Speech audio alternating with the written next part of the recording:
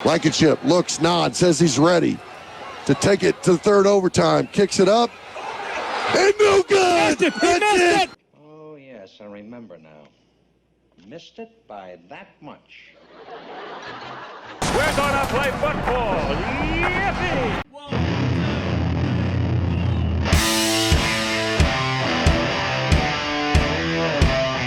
You're listening to The Review on the OSG Podcasting Network.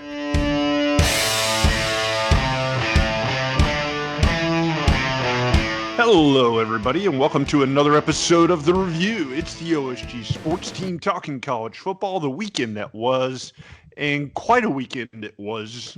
Joining me, OSG Phil, on the show is my good friend, OSG Nelson. Check. And we're going to kind of break down some of the odd but interesting things that happened over the course of the weekend because, well, college football be college footballing, and just because you think a team's going to be dominant doesn't necessarily mean they will be dominant. No. And that team we're talking about, that would probably be the Georgia Bulldogs. Price is Right loser horn inserted here. The first of the so-called guaranteed college football playoff level teams to go down in flames after losing to the South Carolina Gamecocks 20-17 in overtime in what could only be described as a completely inept performance by the Bulldogs. Blankenship looks, nods, says he's ready to take it to the third overtime. Kicks it up.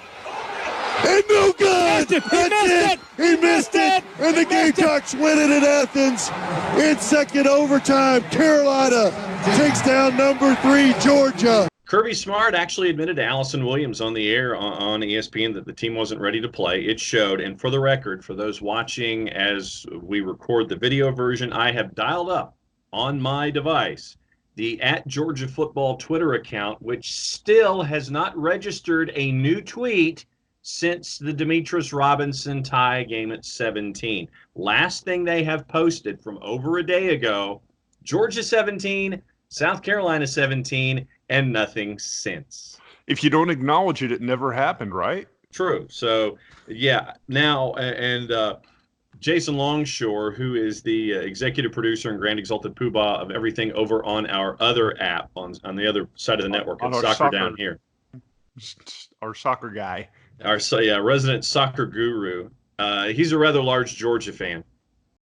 And he basically said in our conversations after the fact that now what Georgia's going to have to do when they come back online on their Twitter account is post the cutest bulldog puppy picture ever just to get back online because, as Jarrett Smith says, another member of the OSG Sports Network, it's like the longer that you don't do something, the more people are going to get mad.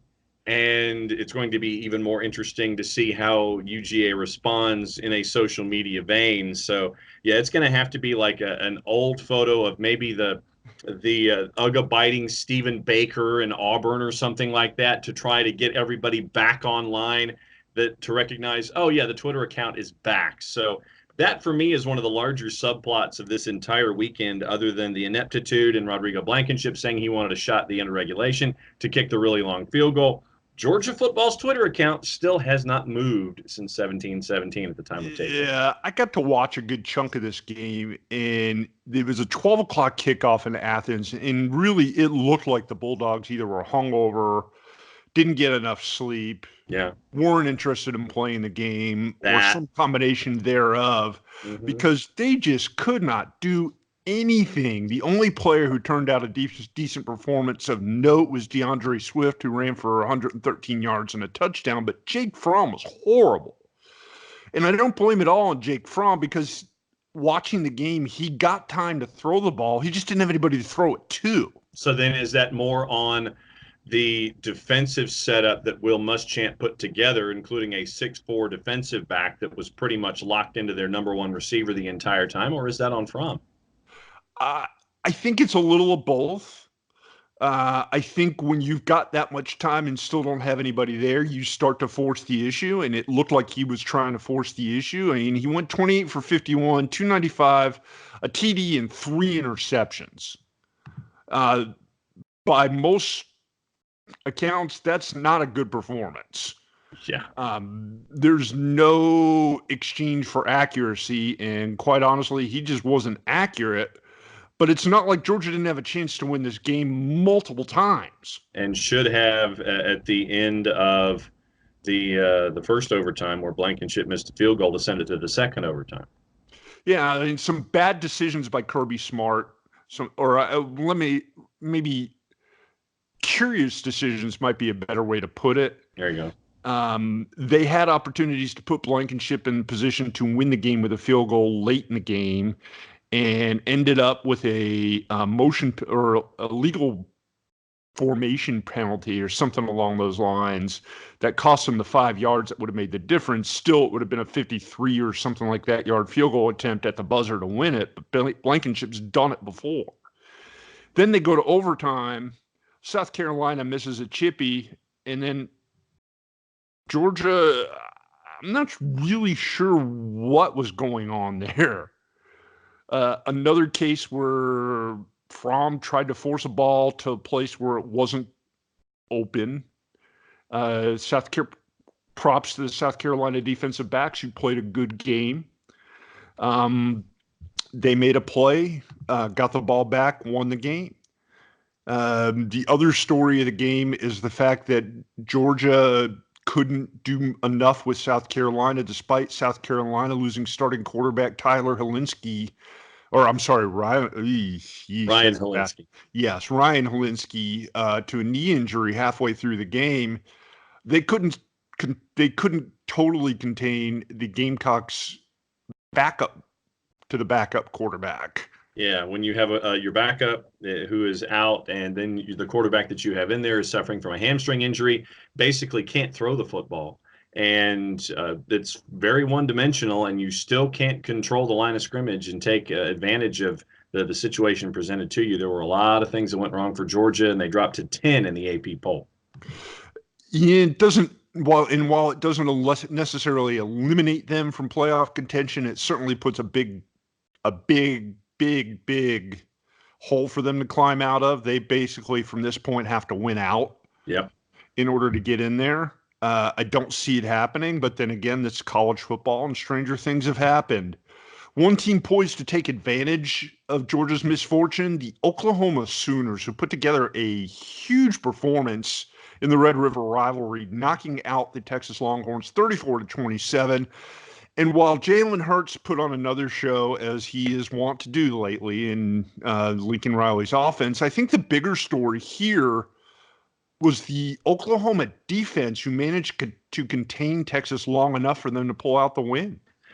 CD went for the TD 3 times, caught 10 for 171. CD Lamb. Jalen Hurts had 366 yards of total offense. But in games like this, and there are some of the Saturday morning shows that you and I are part and parcel to. And when I was asked about this particular game, I thought that it wasn't going to make the number. I thought that it was going to be rough getting to the total because it was a rivalry game. I also thought that it was not going to make the spread because it was a rivalry game. So, if you had some Almond Joys or some juice boxes that were in the back of the fridge and you decided to go in that way, I think you got to see a template for Oklahoma as you get closer to the end of the season, the way things are going to be as they get into their bowl game. And if right now they work their way into that Final Four, you're going to see probably that defense that you saw here working its way in that national semifinal, trying to get into the national final. I mean, a nice job by first-year defensive coordinator Alex Grinch, who came over from Washington State. The Sooners held Texas to, what was it? I can't even, I'm lost on the stats. Sam Ehlinger threw for 210, and they ran for another 100. So 310 yards of total offense. And if you take out Rashawn Johnson's 8 for 95, they virtually had nothing going on in the running game the entire day. Right, and that makes a difference, particularly in the defensively challenged Big Ten, where not too many teams play a whole lot of defense. Yeah. Good performance. Be interesting to see if this ends up being something that vaults the Sooners into the playoff conversation. It probably should. But then again, we still got a good 5 weeks or so left before we have to worry about or ask that question. Game last night that also may have had some playoff potential implications. The LSU Tigers with a solid and convincing win over the Florida Gators in Death Valley, 42-28. Again, another huge performance for LSU quarterback Joe Burrow. The LSU offense racking up huge numbers, 511 yards of total offense, and that's only possessing the ball for 21 minutes of the game. Think about Joe Burrow for the moment. 21 of 24 for 293. 21 of 24 He for didn't 293. No, he did not miss a whole lot, and 3 scores. And what you saw there was the balance that LSU has been trying to find offensively for quite some time. Clyde Edwards-Helaire goes 13 for 134, hit a long of 57. He scored twice. So I think that the balance of the offense, I think, is the refreshing thing that a lot of LSU fans are looking at, because usually it's the running game, and then the quarterback is trying to get comfortable with what he's doing. In year 2 of this system, you're seeing how comfortable Joe Burrow actually is in getting things done. And so now the offense is more balanced, and you're seeing the numbers that you're getting on the scoreboard. Is LSU poised to make that threat to Alabama this year? They play the Crimson Tide in a few weeks on November 9th in Bryant-Denny Stadium. That's going to be your answer. I think that if it's a win, the answer is yes. I think that if it's a close loss, I think the answer is yes. I think that if it turns out to be another one of those games where Alabama comfortably gets to the number and they clear the spread, then I think the answer is no. And then I think that the SEC West turns into a street fight and trying to figure out who the number 3 team is out of the SEC heading to the postseason bowl picture. Oh, I think the Tigers are in the driver's seat for that as well. I mean, owning wins. Regions has ways to celebrate greatness in the grind. What is that? Like 4 tickets to the 2019 It's a good SEC question. Football Championship game. That's what that is. And spending money.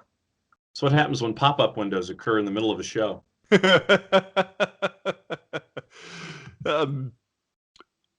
LSU has Auburn and Alabama still left on the schedule to get through that 1-1, and you're talking about the second place team. I don't know that that's enough to get them into the playoffs, but it's going to be an interesting conversation. And they'll continue to talk about it and make sure that they're in the conversation regardless of result.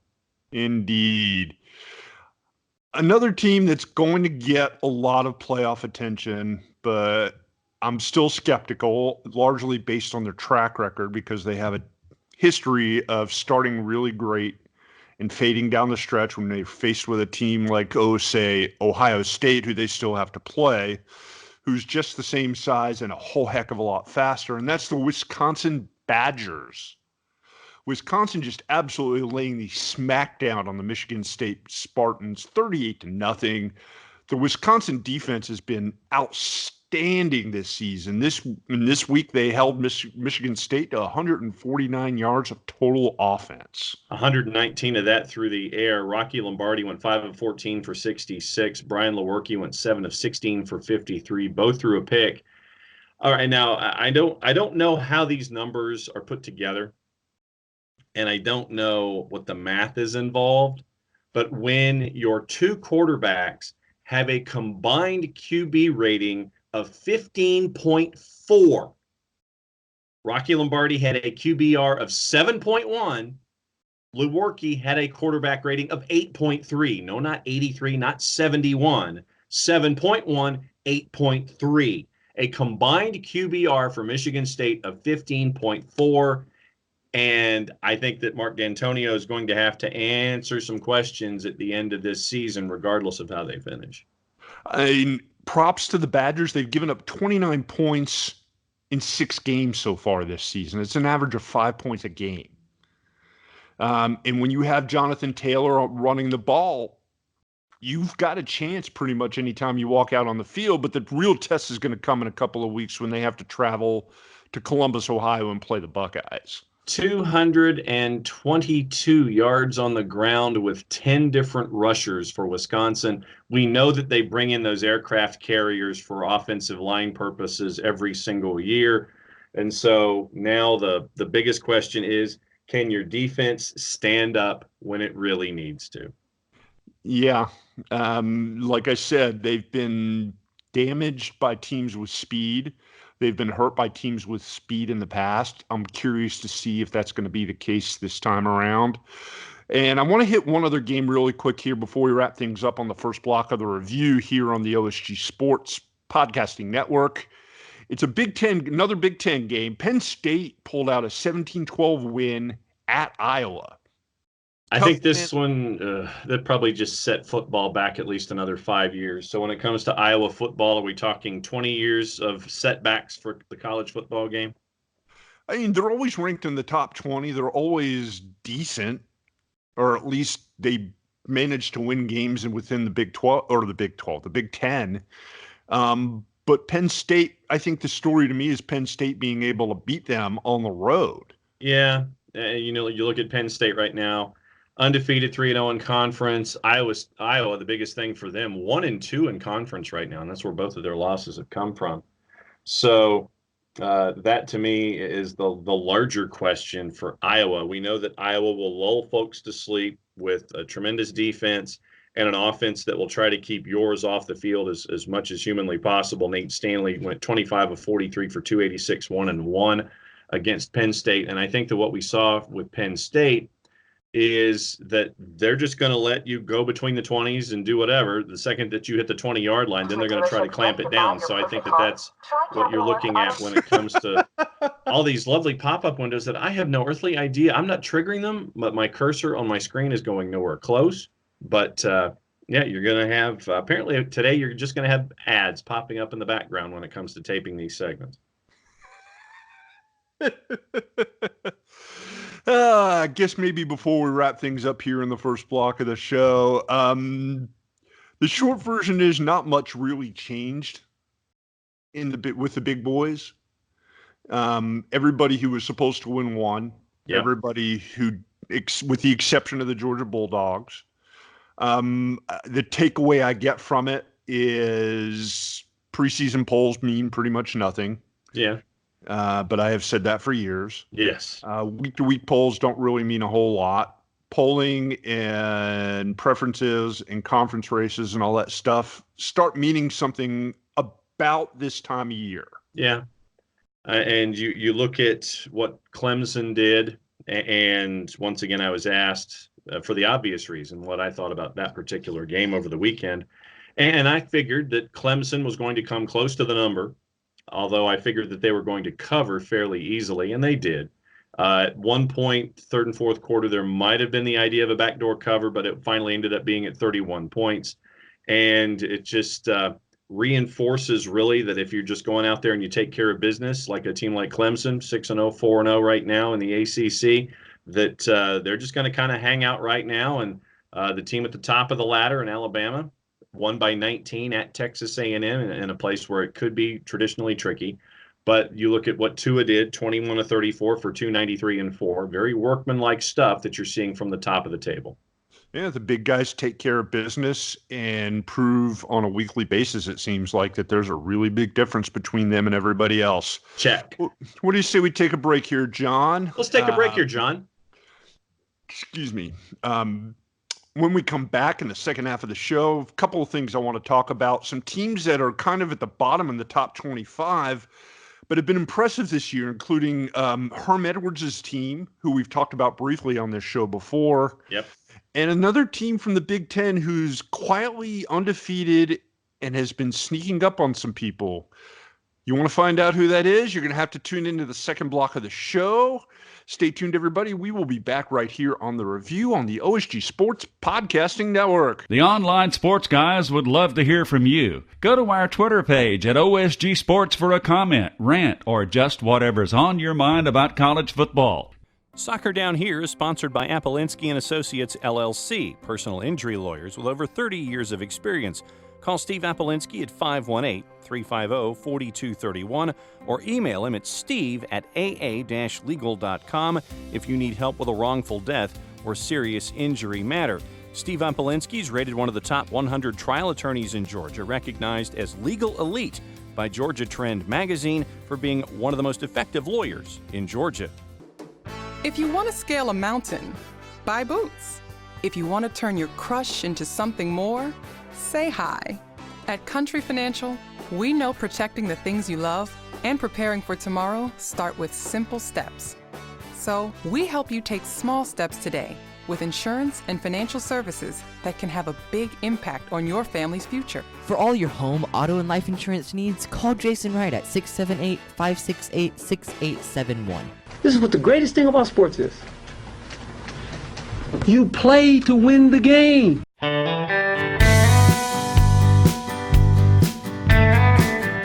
Thanks for sticking around, everybody. You are listening to The Review here on the OSG Sports Podcasting Network. Don't forget, you can catch us not only here on the podcast, but you can find our social media channels. We'd love to hear from you, both Facebook and YouTube and Twitter, all at OSG Sports. Then there's the phone app, the OSG Sports phone app to be exact. John is showing you that for those of you watching on the YouTube channel. And for those of you who have Androids. And just look up OSG Sports on both the Android and on iTunes, and you'll be able to find us, download it, get the latest, the greatest, everything going on in the wonderful wide world of sports. All in one handy-dandy phone app. I felt like Count Floyd there for a second. Ooh, scary, boys. Very scary app. It's the OSG Sports app. Be sure to download it. Yeah, one of those. No. Back to the show. Back to the show. So, John, I want to talk about Herm Edwards. We've talked about him before. Mm-hmm. He is bringing back football to Arizona State. The Sun Devils are 5-1 after a 38-34 win over the Washington State Cougars in a game that was a light 'em up on offense kind of game. Hey, good on Herm. He's doing what needs to be done to get them going moving forward. And Arizona State right now, 5-1, 2-1 in the Pac-12 South. Washington State now 0-3 in the Pac-12 North, which is kind of surprising. They're 3-3. Arizona State, you mentioned their offense. They did not score in the first quarter. So they ended up coming back from, I think it was a 10-0 deficit after one. And so you end up getting the Duke at 38-34. Jaden Daniels, who friend of the network, Hogue Rubino, has mentioned going into the season that a lot of folks were looking at Jaden Daniels as the quarterback that really could do things for Herm Edwards in this offense. 26-36, 363-3. And, I think once again, when you look at a team like a Washington State, you know that they're just going to get yards. But we talked about it in the first segment. If you get yards and don't score, all it is yards. It doesn't matter a bit. And so Anthony Gordon throws for 466 and 3 scores. But guess what? They still lost. Yes. So that means and they only had 32 yards rushing. So you know where Mike Leach is right now when it comes to his offensive focus. So 32 yards on the ground, good for you. You threw for 466, good for you. You still lost, and you're now 3-3. Another game that caught my interest, at least, it was a game that we talked about on Brother Wilkie's show, which would be the rivalry and trophy game show, and it was the battle for the $5. Oh God, what do they call it? Broken chair game or something like that. Oh yeah, I think it was the broken chair. Yeah. Battle for the broken chair. Minnesota absolutely smoked Nebraska 34-7. Yeah. The win moves Minnesota and PJ Fleck to 6-0, 3-0 in the conference. They're in the lead in the Big 12 West or the Big 10 West. Yeah. So you look at what they're able to do, and I know that they've had some scares early in the season in their schedule, getting them ready for conference play. But that's what that schedule's for. And I think that when you look at what Minnesota has done, and to get themselves, gassed up for something like this, you want to challenge yourself, and that's what PJ Fleck and his team have done. And good for Minnesota for turning things around. I know the last couple of years it's been, they've had more off the field discussions than on the field discussions, but Really, it was 34-0 after 3. And Rodney Smith ran 18 times for 139 and a score. Tyler Johnson was the leading receiver for Minnesota for 5 for 109. But yeah, 6-0, 3-0. PJ Fleck, they're rowing the boat in the right direction. Everybody's rowing the boat in the same direction, I guess, is what's most important. Yeah, something that they haven't had there very often up there in the Great Lakes country.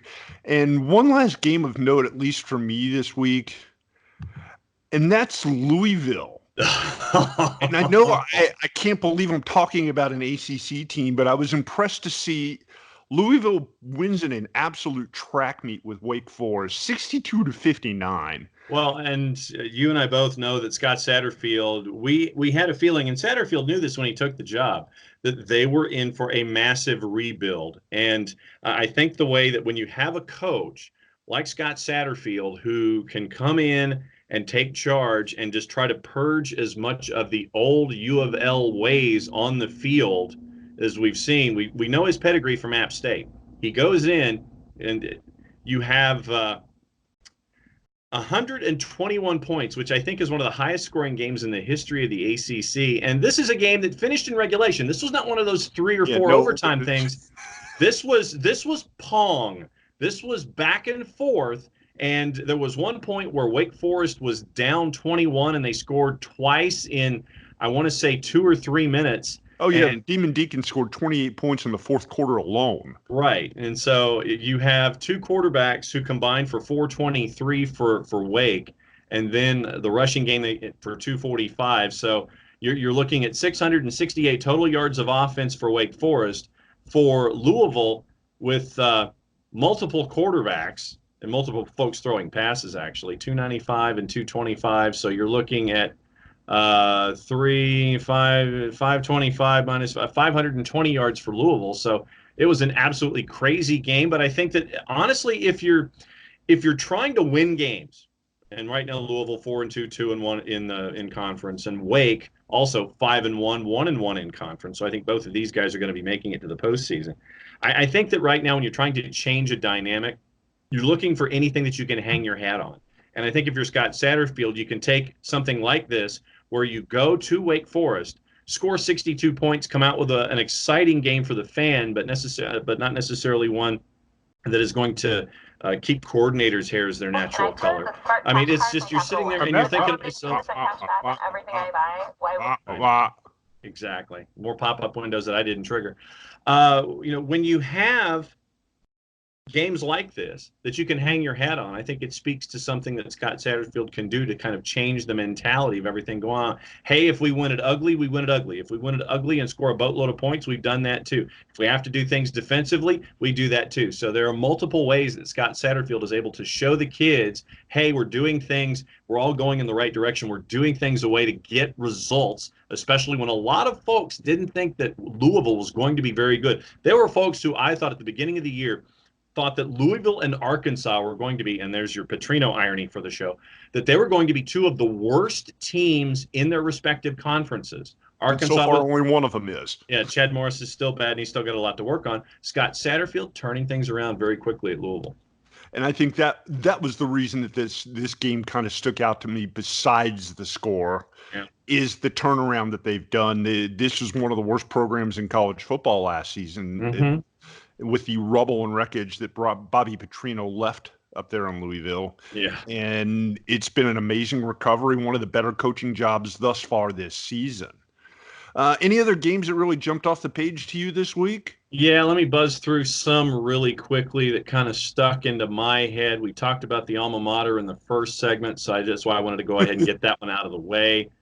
Utah putting 52 up on Oregon State. Michigan having problems with Illinois. I still think at the beginning of the end of this season, I think that there's going to be some serious talks in Ann Arbor as to the future of Coach Kaki and his future there. Because I think he's done. You're up 28-7 at the half. Illinois comes back and it's 28-17 heading into the fourth quarter. So that to me means that there's something going on, whether it's between the players' ears inside the helmet or if it's coaching mentality or something like that. Personally, yeah, I agree with you. I think that he should be gone. Shea Patterson, very pedestrian numbers, 11 of 22 for 194 and 3.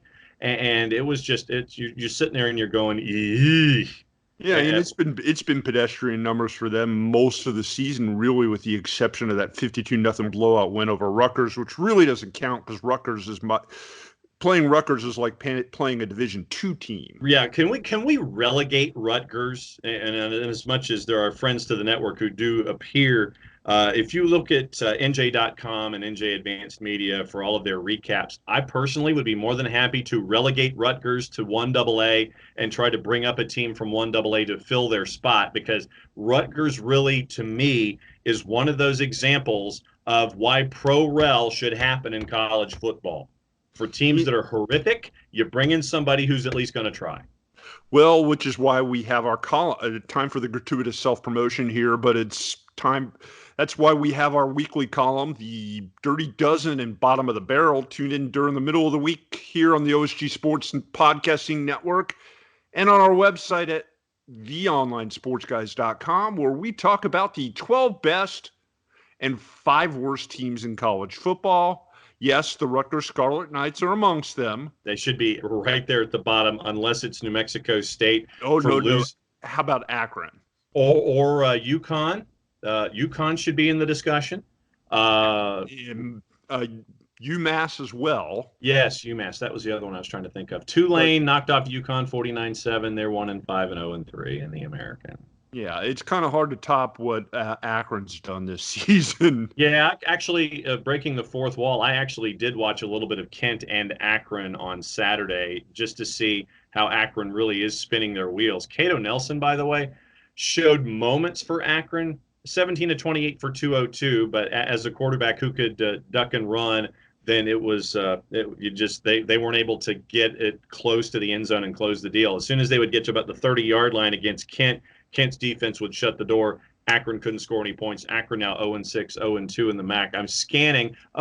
Is this the last year for Derek Mason at Vanderbilt after losing at home 34-10 to UNLV? Oh, yes. The Commodores or whatever you want to call them now are 0-6 this season. Yeah. Mason has done a decent job and gotten them on a couple of occasions close to kind of mediocrity. 1-5, sorry.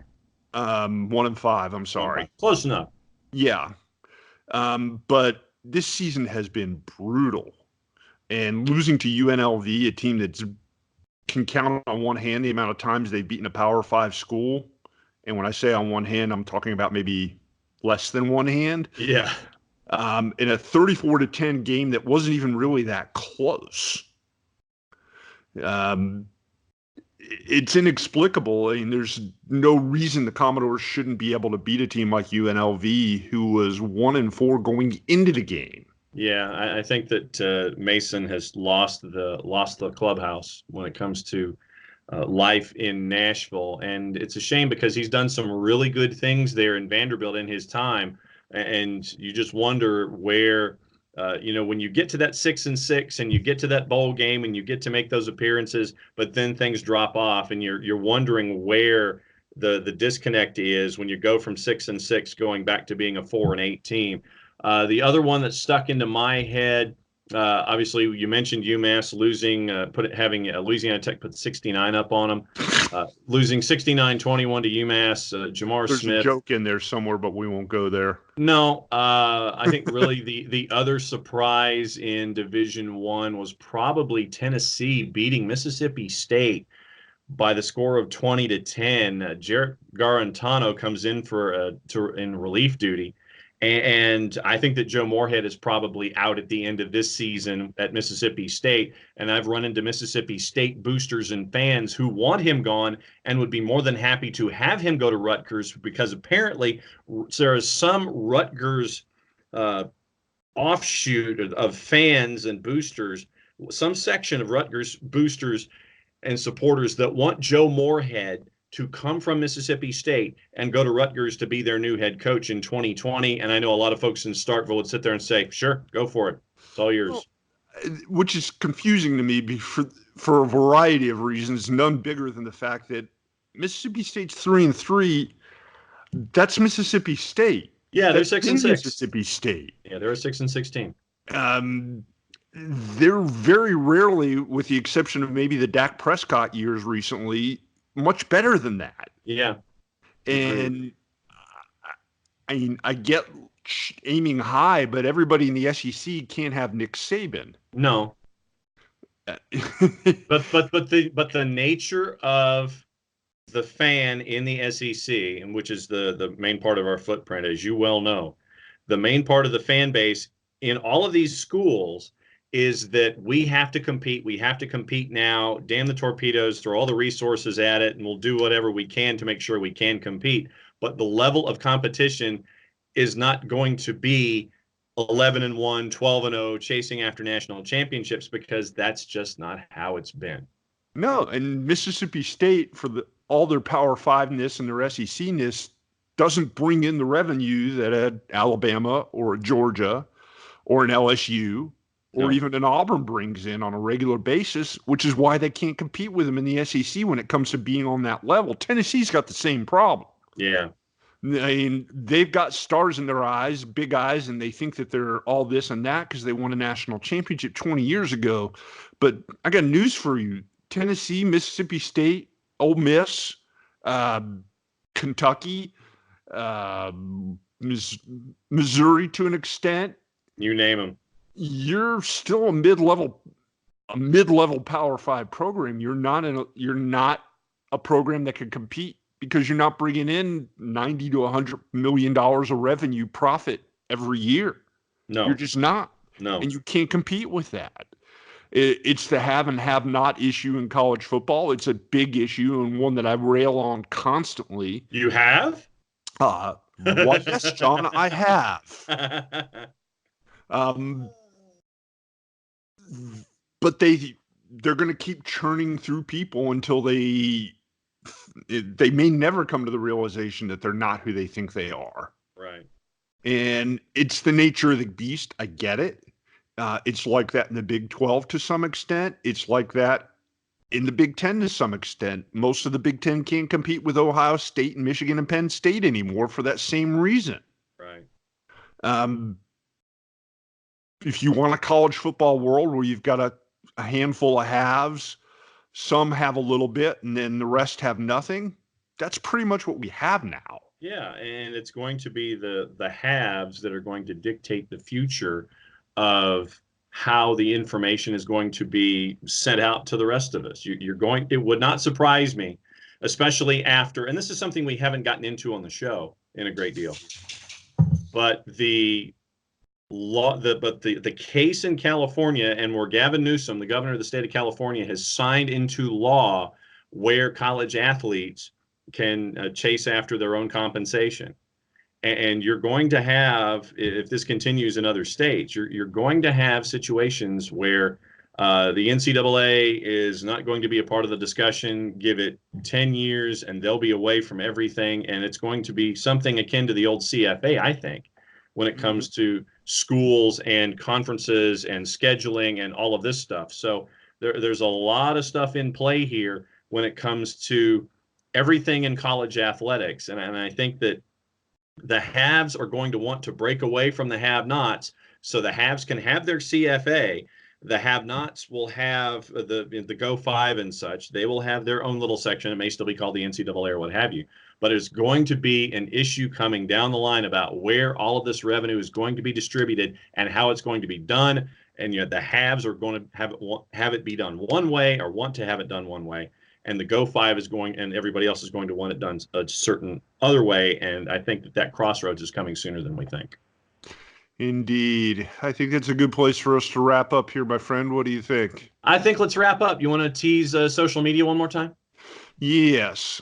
Social media being, of course, Facebook, Twitter, YouTube, all places you can find us at OSG Sports. We are on a variety of podcasting networks, almost all the ones you can think of, the biggest of the big names. We're there. We're not that hard to find. Nope. Again, look up OSG Sports. There we will be. Of course, there is the phone app, free at the iTunes store, free at the Google Play store. Download the app, get all that content coming your way. You'll get notifications when some new stuff pops up, all that fun stuff, and much, much more. So, to wrap things up this week on the review, I am OSG Phil. He is OSG Nelson.